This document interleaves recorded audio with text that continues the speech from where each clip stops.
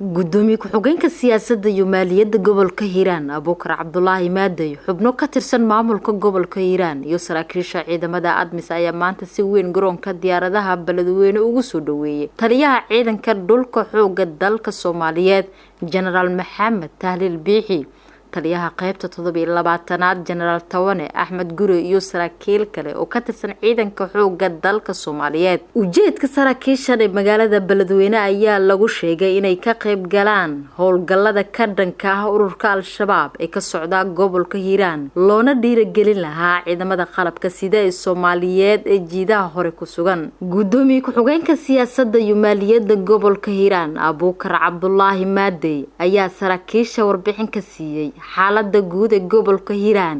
iyo sidii loo xoojin lahaa howlgalka ka dhanka Al-Shabaab taliyaha ciidanka lugta General Biixi iyo saraakiisha la socota ayaa kulamo la qaadan doona saraakiisha ciidamada xoogga dalka iyo kuwa howlgalka ADMIS si loo dardargeliyo howlgalka ka dhanka Al-Shabaab